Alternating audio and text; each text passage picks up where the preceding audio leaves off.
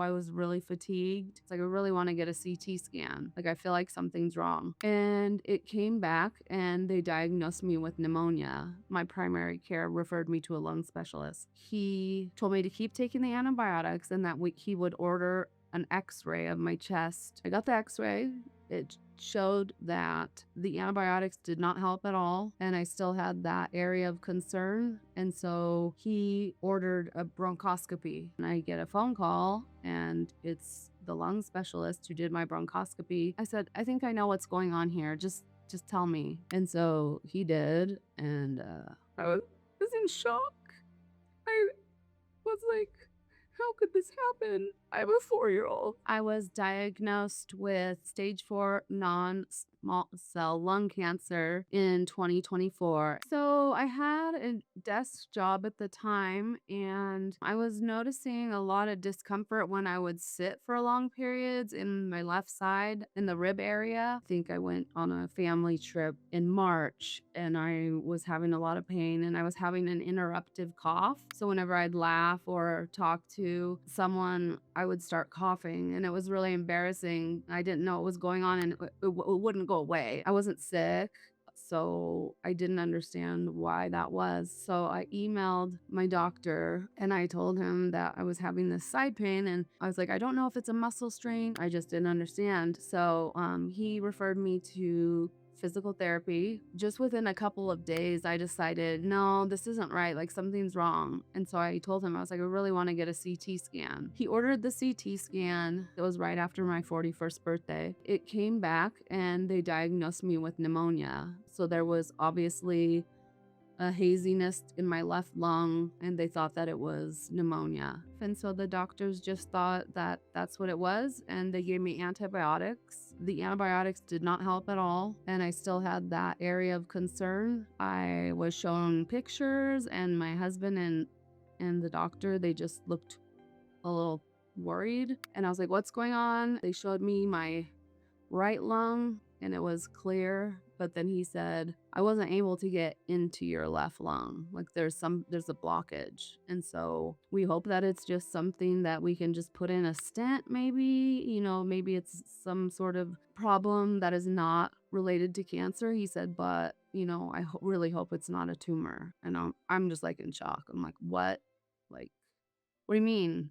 I've never had any risk factors. Like, I don't understand. Then on August 1st, I was going to my sister's bachelorette party, which would be in San Diego. So we were at the Phoenix airport, and it was my friend Taylor and myself. And I get a phone call, and it's the lung specialist who did my bronchoscopy. And he asked where I was, and I told him, and he said, I think we should talk about this on Monday when you get back. And I said, no. I said, I think I know what's going on here. Just tell me.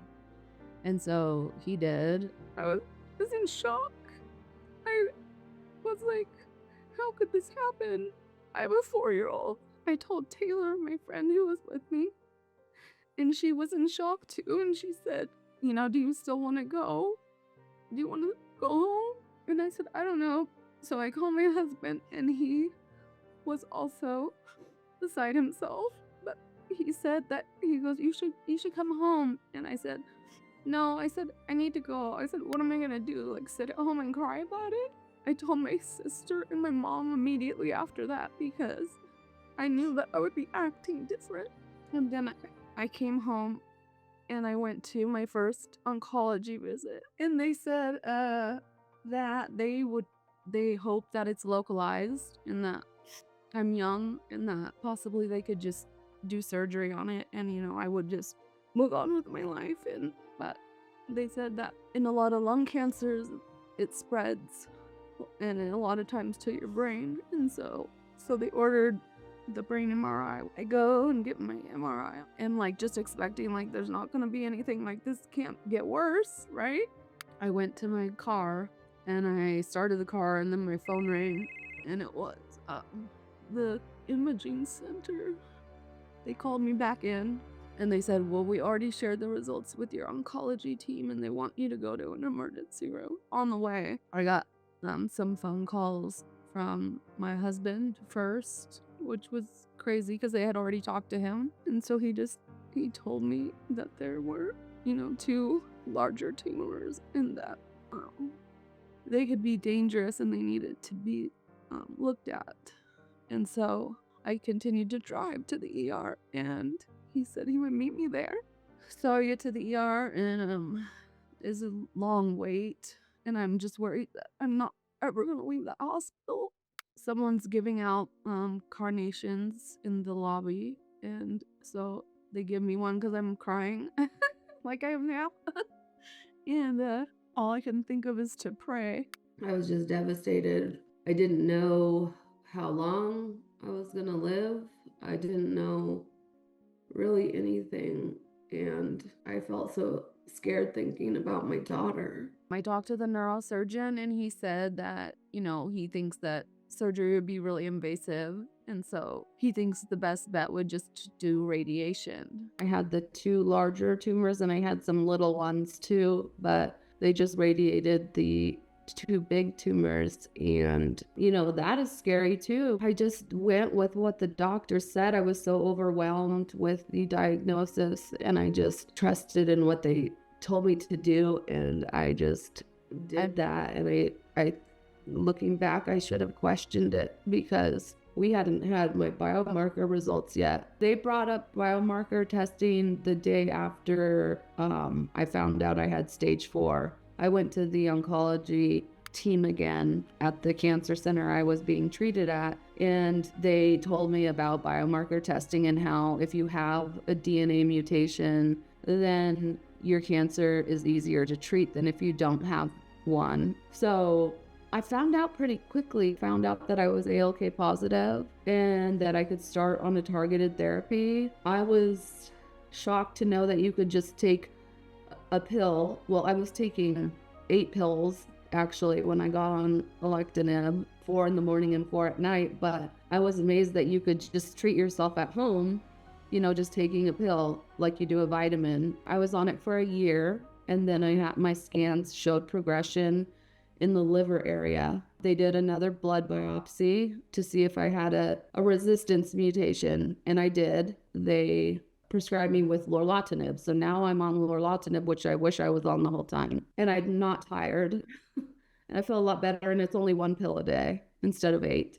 It's been really great, and I've had good response. It hasn't been a year yet, but we're getting to a year, and I hope it keeps working. But day to day, I live my life normal. It's always kind of hanging there, but I can live and travel and, enjoy life. It's a strange conversation because you're considered terminal, but you're living the normal life, and they see you and they're like, you look fine, you're exercising, you're going on trips, you're doing everything, medically retired, and they think, everything's fine. But the truth is that if the medication ever stops working, there's other options, but if the cancer is aggressive or smart enough, it's still scary. A major message I want to share is that lung cancer can happen to anyone.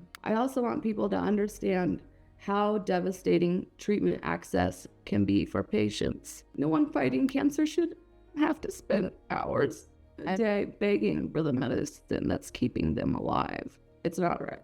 Nobody is going to fight for you except for yourself. And you just have to really educate yourself. Find out as much information as you can.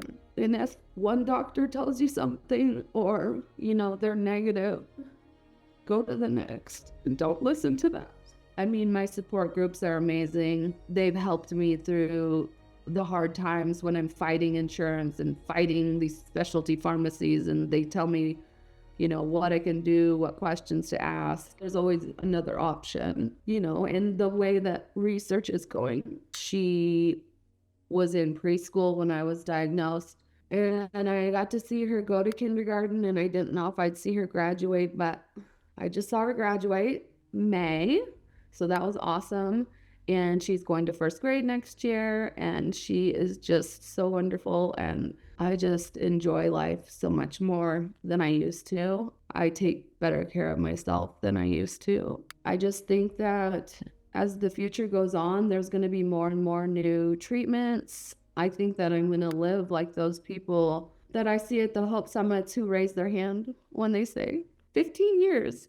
And 15 years ago, the treatment wasn't as good as it is now. So maybe I can live an entire life, a full life.